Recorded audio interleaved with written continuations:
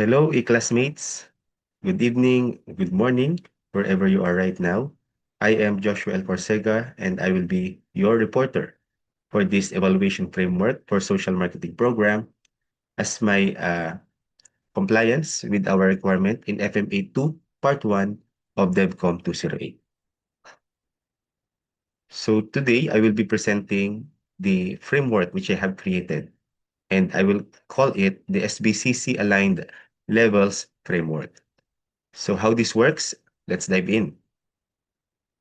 So from the name itself, uh, this framework is grounded in SBCC as what we have learned from Module 7 reporting. So this is primarily aligned with the social and behavior change communication. So this framework conceptualizes behavior change as occurring across interconnected levels, from implementation and exposure to individual, social, structural, and sustained change. So let us look at the design of this framework. So as what we have learned in SBCC, so SBCC uses focus or indicators such as input or process in the monitoring and outcome and impact in the evaluation. So on the right side, we can see the criteria under the SBCC aligned levels framework. So this corresponds to the SBCC level of change to the left side. So the design of the framework is that for every criterion, in the right side, the level of implementation, level of exposure, and so on. I will be discussing into the next slides the evaluation goal, evaluation guide questions, and the two indicators prepared for each category or criteria, which are actually the set of questions that we will be rated accordingly. So let us move forward and discuss it one by one.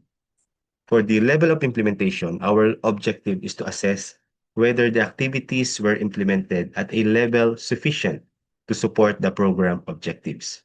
So this is answerable by the guide question, where the activities delivered through the implementation during the implementation period. So these are the indicators which we will be later on answered using a 531 metric scale. For the first indicator, we will look at the extent of SBCC activity implementation. We will be giving 5 points if the activities were consistently implemented throughout the program period, with broad coverage across target areas or audiences and use of multiple communication approaches. We will be giving 3 points if the activities were implemented but with limitations such as irregular delivery, limited coverage, or few communication approaches.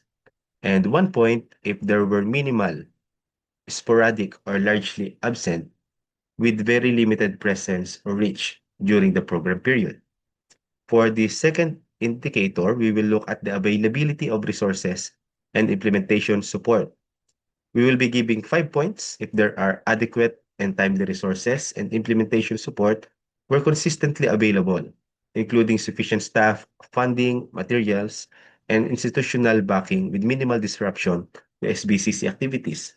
We will give 3 points if there are some resources and support available, but occasional gaps or delays are present. And with 1 point, if the resources and implementation support were largely inadequate for the success implementation of the program. So for the second level, which is the level of exposure, we will try to measure the exposure and awareness of the campaign messages. This will answer the question, what is the level of awareness of the target audience about the campaign? The indicators that we have here is first the percentage of the target audience exposed to the campaign messages. So it is very clear. So if there are more than 70% of the target audience having been reported exposed to the campaign messages, we will give 5 points for that. 3 points if 40 to 69% of the target audience are present, and if there is less than 40%, we will give 1 point. For the second indicator, we will try to look at the community participation in activities. So if there are high and consistent participation, we will give 5 points. 3 points if there is moderate participation, and 1 point if with low participation. So for the third level, the level of knowledge, we will assess changes in behavior of a person. Did knowledge, attitudes, and self-efficacy related to the desired behavior change? So for the first indicator, we will be giving 5 points if there is more than 70% of the target audience can correctly identify the desired behavior of the program. So that is identifying the level of knowledge of the desired behavior. 3 points if there is 40 to 69%, and 1 point if less than 40%. For the second indicator, which is self-efficacy to perform the desired behavior. So this would answer the question, are the target audience able to perform what is being desired by the program? So we will be giving 5 points if there is more than 70% of the target audience, 3 points if 40 to 16%, and 1 point if less than 40%. For the level of social norms, we will examine shifts in social norms and dialogue. Did the program affect social norms, peer support and communication, community discussions? For the first indicator, we will try to look at the perceived community support for the desired behavior. So if there are more than 70% of community members perceive that most people in their community approve and support the desired behavior, that is 5 points. 3 points if only 40 to 69% is present, or the community members perceive mixed reactions or support with the program, and 1 point if less than 40% approval rate. For the second indicator, the collective participation in community dialogue or action, we will be giving 5 points. If there is high and inclusive engagement, 3 points if there is moderate engagement, and 1 point for low to no engagement. So for the fifth level or level of policy and institutional support, we will try to evaluate the conditions that support or hinder behavior change. This answers the question, did policies, services, or media environments become more supportive? For the first indicator, we will try to weigh or measure the institutional or policy support for the desired behavior. So we will be giving 5 points if there are relevant policies, guidelines, or institutional commitments that are formally adopted or strengthened to support the behavior change or the desired behavior. 3 points if there are initial or informal support is evident, such as policy discussions, draft guidelines, or verbal commitments from institutions. So 1 point if there is no observable policy to support the desired behavior. So for the second indicator, 5 points, which is the availability and accessibility of services or resources, we will be giving 5 points. If the services or resources necessary to perform the desired behavior are widely available. 3 points. If there is services or resources but are limited, inconsistent, or accessible only to some groups or locations. 1 point if there are largely unavailable, inaccessible services or resources. For the last level, or the level of sustained behavior change, so we would like to determine the contribution to sustained behavior change.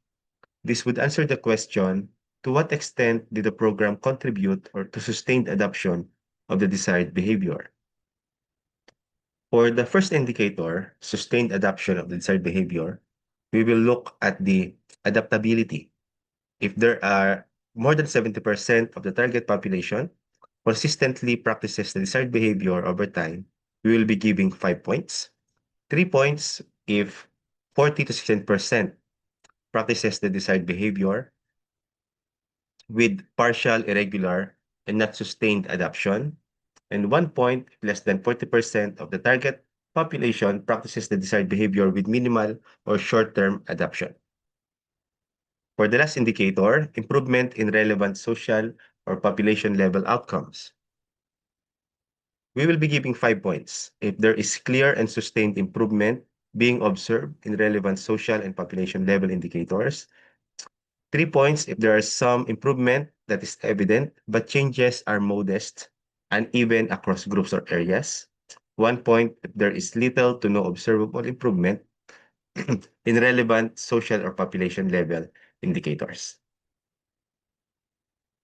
So how is the scoring system works for SBCC aligned levels framework? So basically there are 6 categories with 2 questions each. And so we will be having a maximum score per category with 10 points and minimum score, which is 2 points. So if we are going to get the rating per criteria for each criterion, so if we get 8 to 10 points, this will be interpreted as high performance, 5 to 7 points moderate performance, 2 to 4 points with low performance.